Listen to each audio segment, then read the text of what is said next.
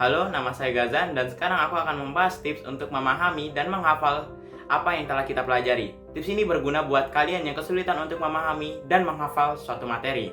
Aku akan memberikan 3 tips untuk ini. Kita langsung aja ke yang pertama, yaitu menulis ulang materinya dengan bahasa kalian sendiri. Jadinya saat kalian menulis ulang materinya dengan bahasa kalian sendiri, itu mengharuskan kamu untuk hafal dan ingat apa yang harus kalian tulis. Tapi, kalian tidak boleh melihat atau menyamakan tulisannya dari sumbernya. Misalnya, aku belajar fisika dari internet atau dari buku. Aku nggak boleh melihat bukunya atau menyamakan tulisannya dari bukunya itu atau dari internet. Nah, jadinya ini akan melatih aku untuk lebih hafal dan lebih paham apa yang telah aku pelajari. Tapi kalau tiba-tiba aku ngestak di tengah-tengah, baru aku boleh lihat lagi sumbernya dari buku atau dari internet tempat aku pelajari tadi materinya. Tips pertama ini akan berhubungan dengan tips yang kedua, yaitu menjelaskan materinya kepada orang lain. Aku tahu ini dari Feynman Technique yang dikembangkan oleh Richard Feynman. Dia adalah fisikawan dan peraih Nobel Prize atau penghargaan Nobel. Menurut Feynman, kalau kita tidak bisa menjelaskan sesuatu secara sederhana ke orang lain, itu sama saja kita belum mengerti sesuatu itu secara sepenuhnya. Untuk melakukan tips yang kedua, kalian harus melakukan tips yang pertama, yaitu menulis ulang materinya. Lalu setelah menulis ulang materinya, coba jelaskan apa yang telah kamu tulis ke orang lain. Ini membantu kamu untuk ingat dan hafal apa yang telah kalian pelajari.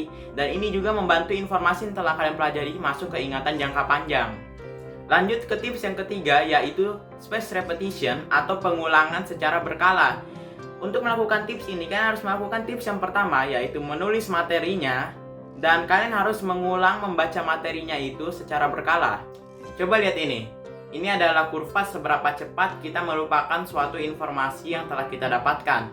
Tapi saat kita membaca ulang materinya atau informasi yang kita udah dapetin, kita bisa mendapatkan kembali informasi yang telah kita dapatkan. Untuk pengulangan materinya, pertama kalian harus membaca setelah kalian belajarin materinya. Ini bisa diganti sama menjelaskan ke orang lain atau tips 2 ya. Dan yang kedua, kalian harus membaca setelah 1 hari setelah kalian pelajarin materinya. Dan yang ketiga itu harus 7 hari setelah kalian pelajari materinya.